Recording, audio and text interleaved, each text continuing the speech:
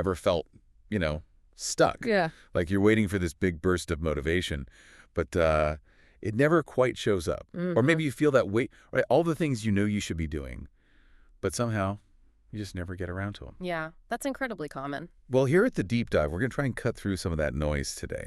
Because honestly, true lasting change, it rarely comes from those huge grand gestures or some sudden light bulb moments. Exactly. It's quieter than that. It really is. It sort of accumulates. Through the small, intentional things we do every single day, it boils down to this. Your life won't change by accident. It changes when you change on purpose. So our mission for this deep dive, we're exploring a bunch of really powerful insights from our source material. It's an audiobook all about small habits. And we want to give you shortcuts, basically, a way to understand how these tiny, seemingly insignificant choices can actually lead to massive transformations down the line. Yeah, extracting the really practical stuff. Exactly. The real easy-to-apply tools you can, start living pretty much straight away. And the foundation for all of this, the thing that ties it all together, is this simple but really profound equation. Habits times time equals your life. Wow. Say that again. Habits times time equals your life. Just think about that for a second. It's not just about hitting big goals, right? It's about those silent, almost invisible decisions you make, maybe hour by hour. Things you don't even notice. Precisely. And they accumulate into your whole destiny. Often you don't even realize it's happening until years later you look up and see the life you've built, like stone by small stone. So if the wrong habits, procrastination, negative self-talk, endlessly scrolling if they can trap you, sometimes without you knowing, then the really good news, the hopeful part, is that the right habits can just as subtly set you free. Absolutely. And that sets the stage perfectly for what we're diving into because, well, most people wait for motivation, don't they? They do. They wait to feel like it. We think we need this huge surge of energy to start something new. But our source material and what we'll really unpack today suggest that what you truly need, it isn't motivation, it's momentum. Momentum, that's the key. That's going to be our thread today as we look at a few key habits that really show how powerful this idea is. Yeah. Okay, so let's jump in. Habit number 1, the 2-minute start. Ah, yes, this one's great. It's described as almost magical, a way to beat procrastination and, crucially, build that momentum we just mentioned. You know the problem, right? Motivation is just slippery. Very slippery. Comes and goes. Comes, it goes, no warning. And it leaves us waiting. Just waiting. Instead of actually living, if you wait until you feel ready, well, you could be waiting a long, long time. And doing very little. What's so compelling about momentum, though, is that unlike that fickle motivation, it doesn't really care how you feel. Right. It just starts building the second you start moving. Think about like a heavy stone on a hill. It takes real effort to nudge it, right? But once it starts rolling, it gets incredibly hard to stop. Our brains are kind of like that. Okay. Getting out of bed is hardest right at that moment you decide to move. But once your feet hit the floor, it's easier to keep going. Yeah, the inertia is broken. Exactly. The gym feels impossible until your shoes are on. Cleaning the kitchen seems overwhelming. Until you wash that first plate, that tiny first step unlocks it all. So the system itself, the 2-minute start system, it sounds almost too simple, but it's incredibly effective. First step. Pick the task, the one you've been avoiding. Don't overthink it. Just pick one. Second, set a timer. Yeah. Just 2 minutes. Keep it small, make it real. And third, just start. Just begin. Yeah. Maybe write one sentence. Do 2 push-ups. Right. Just open the document you've been dreading. The goal isn't finishing. It's purely, simply to begin. And this isn't just, a clever life hack. It's actually rooted in solid psychology. Yeah. There's something called the Zeigarnik effect. Okay, what's that? It basically explains that our brains remember unfinished tasks much better than completed ones. Like you leave an email half-written or tab open, your brain keeps nudging you. Ah, that open loop feeling. Exactly. It creates this mental open loop that your brain really wants to close. So that tiny 2-minute start, it immediately activates that powerful psychological pull. It's a system designed to bypass willpower. Right, because willpower runs out. It does, as James Clear, who wrote Atomic Habits, puts it, and it's such a great quote. You don't rise to the level of your goals, you fall to the level of your systems. That's powerful. The 2-minute start is a system, and honestly, it's also just physics, right? Newton's first law. An object at rest stays at rest. And an object in motion stays in motion. Applied to habits, when you're still, you stay still. when you start moving, even just a tiny bit, you tend to keep moving. Exactly. And the source material gives so many examples we can relate to. Like, have you ever told yourself, okay, I'll just read for 5 minutes before bed? Mm-hmm. And then suddenly you look up and you've blasted through 3 chapters? Guilty? Yes. Or planning to stretch for just 2 minutes. And it turns into a full 30-minute workout. Yeah. That's the magic of momentum kicking in. Yeah. Starting small just lowers that barrier to entry so much. And once you've begun, often the path of least resistance is actually just to keep going. And this ties in beautifully with how our brains are actually wired. We're designed to conserve energy, right? Avoid anything that feels painful or overwhelming. Makes sense. Survival instinct. Totally. So cleaning the entire garage feels like this huge, painful task. Brain says, nope. Resistance. But sweeping one corner for 2 minutes, that feels manageable, almost easy. So you start, your brain adjusts, that initial resistance just fades. Suddenly, the pain isn't so bad. It brings to mind Aristotle, right? We are what we repeatedly do. Excellence, then, is not an act, but a habit. Precisely. The 2-minute start is your first crucial step into building that consistency, the entry point. And the long-term impact here is, well, it's kind of astounding. There's research in the University of London that actually shows it takes, on average, 66 days for a new behavior to become automatic. 66, not the 21 everyone quotes. Nope, 66. Significantly longer. Which really underlines that consistency absolutely beats intensity. Doing 2 minutes every single day builds far more lasting change than trying to cram in 2 hours once a week and burning out. Slow and steady. It's like that Confucius quote, "The man who moves a mountain begins by carrying away small stones." 2-minute start. That's your first stone. So here's the challenge for you listening. What have you been putting off? Just give it 2 minutes, seriously. And the real magic here, according to James Clear again, every 2-minute start is like a vote for the person you want to become. Identity in motion. Love that. It really is. Okay, moving on. Next up, the morning reset. The morning. Crucial time. It really is. And this tackles a super common problem, probably more common now than ever. Grabbing your phone first thing. Guilty again, sometimes. Right. We wake up and immediately plug into someone else's noise. Yeah. Emails, headlines, notifications, social media. You can feel completely overwhelmed before your feet even hit the floor. It's like pouring chaos directly into your brain first thing. Totally. It sets the tone. And the neuroscience behind why this matters so much is fascinating. When you first wake up, your brain isn't fully online yet. It's in this unique, highly suggestible state, moving from those deep sleep waves, delta and theta, towards alpha. Like fertile ground. Exactly like fertile ground, really receptive to whatever you plant there in those first few moments. What you do in that critical window genuinely primes your brain for the entire day. It sets its emotional and mental trajectory. Okay, so the morning reset is about 3 really small but powerful things you can do in those first moments. Number 1, don't touch your phone, just leave it. Easier said than done for some, but key. For sure. Number 2, breathe deeply. Just a few intentional breaths. Feel the air come in and out. And 3, speak one thing you're grateful for out loud. Yeah, out loud. It sounds simple, maybe even a bit cheesy to some. But the effect can be really profound. It's not about some perfect Instagram-worthy 5 a.m. routine. It's literally about giving yourself maybe 3 minutes to start fresh, with clarity, with calm. And the gratitude piece, why is that so emphasized? Well, the research, particularly from Dr. Robert Emmons, consistently shows that a regular gratitude practice does amazing things. Lower stress levels, stronger immune systems, even better sleep. Wow.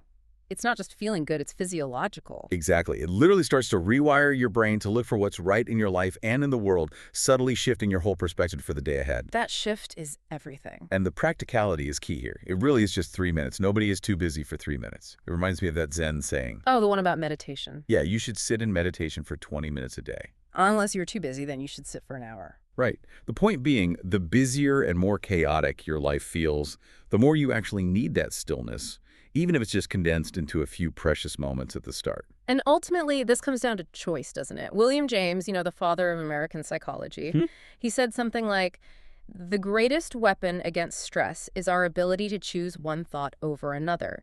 The morning reset is you actively choosing your very first thought, deciding how your day begins instead of letting emails or news headlines dictate it for you. That choice creates this really powerful priming effect, as you mentioned. What you experience first colors everything that comes after. Yeah. Prime with calm and gratitude, you set yourself up for focus, Versus priming with chaos from your phone. which primes you for stress and reactivity all day. I used to be that person checking email immediately, thinking I was being productive. But really, I spent the first hour just reacting, chasing other people's agendas, Been there. leaving my phone in another room, taking maybe 3 deep breaths, and just saying out loud, I'm grateful for this new day. Honestly, it changed everything. I started feeling calm, centered, ready, not rushed and reactive. And this idea isn't new, is it? It has deep roots. Like Marcus Aurelius, the Stoic philosopher, writing in his Meditations. Oh, yeah. When you arise in the morning, think of what a precious privilege it is to be alive, to breathe, to think, to enjoy, to love. It just underscores that waking up itself is a gift, and gratitude is acknowledging that gift. Beautifully put. So the challenge here, try it for 7 days, just 1 week. Don't aim for perfection. It's about presence, not perfection. Just notice how your mornings and maybe your whole days start to feel different. Okay, ready for the next one? This one can be a bit confronting. Lay it on me. The mirror rule. This dives straight into the often unconscious cruelty of our own self-talk. Oof, yeah, this is a big one. Think about it. Most of us say things to ourselves looking in the mirror that we would never dream of saying to a friend. We zero in on flaws, wrinkles, perceived failures. We can be our own worst critics. By far. And the tragic irony, the voice you hear the most in your entire life, it's your own. If that voice is constantly tearing you down, you're basically fighting an uphill battle before you even leave the house. The data on this is pretty stark, actually. Dr. Shad Helmsted's research suggests self-talk is the single most powerful influence on our attitude, our personality, everything. The most powerful. Yeah, and some studies estimate that something like 80% of our thoughts tend to be negative, and maybe 95% are repetitive. Wow. So the same negative stuff on loop. Pretty much. It's like programming, right? If you feed a computer bad code, it malfunctions. Our minds aren't that different. Okay, so what's the mirror rule designed to do about that? It's simple, but again, incredibly powerful. Each morning, you stand in front of the mirror, you look yourself directly in the eyes, and you say one positive truth about yourself. A truth, not just a fake affirmation. Exactly. Not, I am a billionaire if you're not, but something real, something you can actually stand on, even if it feels a bit uncomfortable at first. Maybe, I am resilient, or I am capable, or I am worthy of respect. And you say it out loud. Out loud. Stand tall. Repeat it until it starts to feel, well, real. That initial discomfort. It's often just proof that your brain isn't used to hearing kindness from you. So it's about cognitive framing, changing the lens. Precisely. The mirror becomes the frame for your self-perception. Louise Hay, who wrote You Can Heal Your Life, put it brilliantly. She said, you've been criticizing yourself for years and it hasn't worked. Try approving of yourself and see what happens. Makes sense. Encouragement fuels growth. Shame just kills it. And neuroscientifically, repeating these positive truths actually starts to light up the reward centers in your brain. It changes how your brain processes your identity over time. You're literally carving new neural pathways, helping your mind default to strength instead of self-criticism. The emphasis on honesty seems really important here, not just rah-rah stuff you don't believe. Crucial. Find truths you can genuinely stand on. I've survived every bad day I've had so far. That's a powerful truth for most people. I am worthy of love and respect. I can handle whatever today throws at me. Yeah, real things. And saying them out loud adds another layer. Spoken words carry more weight physically and psychologically. They have a vibration. And apparently, your brain doesn't fully distinguish your own voice from others when it hears it spoken aloud, making the message hit harder. Interesting. It's like bypassing some internal filter. Could be. It's also a form of self-knowledge, isn't it? Echoing Socrates. The unexamined life is not worth living. Looking yourself in the eye, speaking truth, that's a profound act of self-examination. And maybe fighting back against all the external noise. Absolutely. Advertising, media, so much of it thrives on making you feel incomplete, like you need this product to be okay. This practice is you taking back control of that narrative. The source mentioned an anecdote about a woman. Oh, the one who cried. Yeah. For years, she couldn't look in the mirror without just listing her flaws. She started this, repeating, I am worthy of love exactly as I am.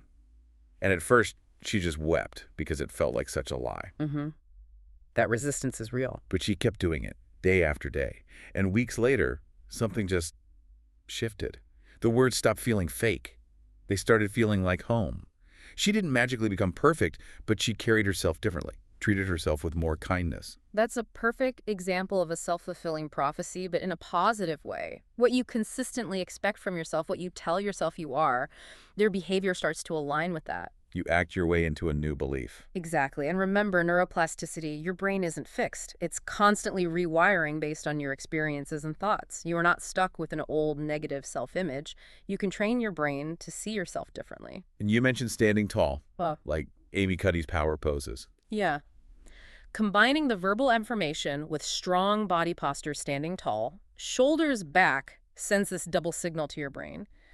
Through your words and your body, you're reinforcing, I am strong, I am capable. It counters that natural negativity bias we all have. Which is strong. We're wired to notice threats and problems. This helps balance the scales. So another challenge. Practice this for a week, just 1 week. Look yourself in the eyes. Speak one positive, honest truth. Remember Don Miguel Ruiz's advice from the 4 Agreements. Be impeccable with your word. Especially the words you speak to yourself. Crucial. Okay, one more key habit for today's deep dive. This one might save you a lot of regret. Always useful. The 1-minute pause. Think about it. Most arguments, most regrets, most mistakes. They often happen because we react too quickly, right? We let emotions hijack us.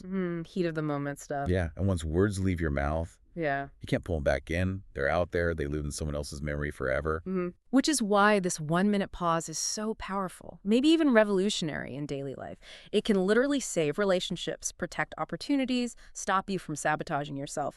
It gives you that vital space for conscious control in a world that often demands instant reactions. In the rule itself, beautifully simple.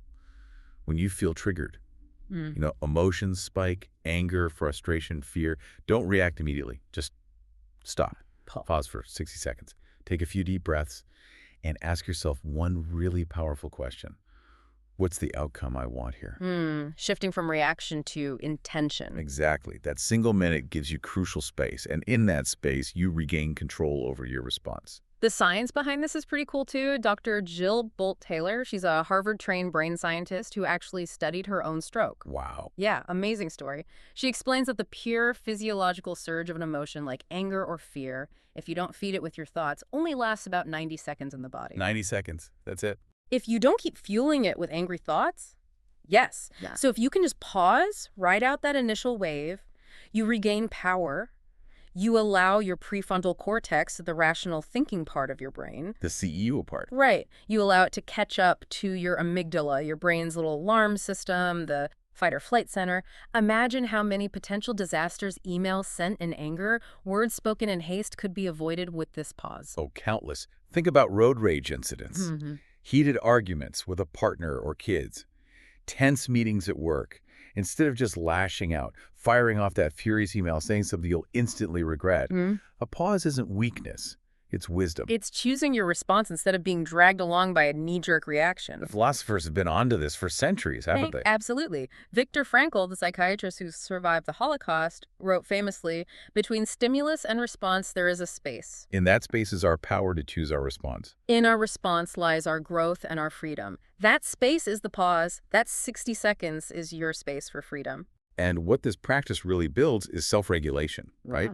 The ability to manage your emotional responses instead of just being controlled by them. Huge skill. People who can do this generally have stronger relationships, more success at work, better mental health overall. They let the emotional wave pass instead of letting it crash into everything and everyone around them. But let's be real, it's hard sometimes. Oh, absolutely. It feels unnatural, especially at first.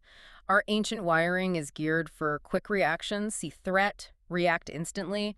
That kept us alive on the savannah. But now the threat is an annoying email. Exactly, or someone cutting you off in traffic. That ancient wiring can be detrimental in modern life. So this habit is about consciously retraining, rewiring that instinct. The source told a story about a guy with a really bad temper. Yeah, I remember that one. Snapping at work, yelling at home. That's him. His relationships were suffering badly. He started practicing the 1-minute pause, made it a hard rule. No response for 1 minute when triggered. And it worked. Slowly, things changed. He went from being purely impulsive to being intentional. He'd use that minute to ask himself, okay, what do I really want here? Do I want to win this argument, or do I want to solve the problem, preserve the relationship? big shift. And physiologically, that pause does something too, right? With breathing. Yes, deep breathing specifically activates your parasympathetic nervous system. That's your body's rest and digest mode. It literally slows your heart rate, lowers cortisol, the stress hormone, in less than a minute. So you're calming your body and engaging your rational mind. Yeah. Powerful combo. It really is. And again, this connects to so many wisdom traditions. Buddhism talks about finding awareness in the space between breaths.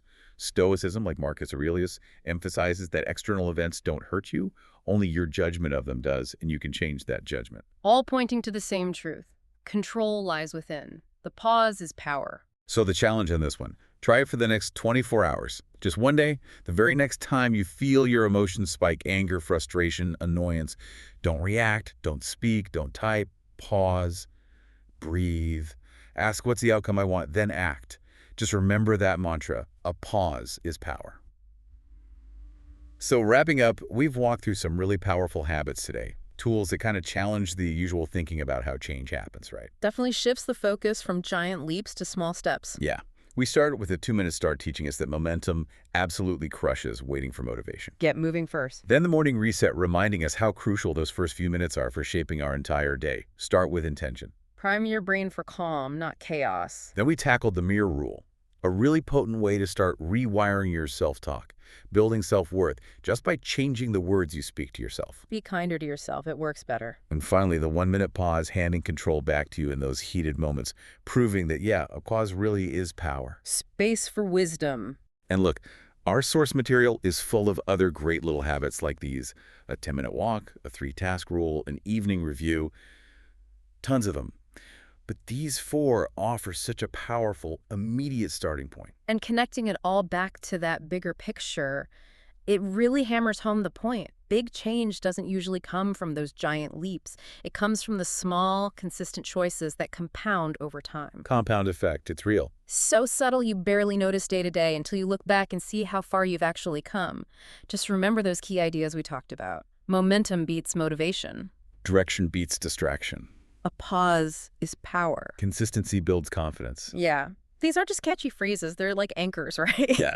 Things to hold on to when life feels overwhelming or you kind of forget your own strength. So please don't wait. Don't tell yourself, oh, I'll start someday. Right. When things calm down, when I feel more motivated. Start today. Right now. Yeah. I really challenge you, choose just one habit, maybe one we talked about, maybe another small shift that resonated with you, and commit to living it for just one day. That's it. Just one day. Then tomorrow. Do it again. Let them build. Let them compound. Just watch what happens. Because the truth is, you probably don't need more time. You don't need some magic dose of motivation. You don't need life to suddenly get easier. You just need this moment. You need this moment right here, right now. And the choice to start small. Because your life won't change by accident. It changes when you do, on purpose. And that purpose, it can begin today, right now. Take it, live it, and never ever forget you are capable of so much more than you probably know. And it all starts with these small habits, the ones that build the life you truly deserve.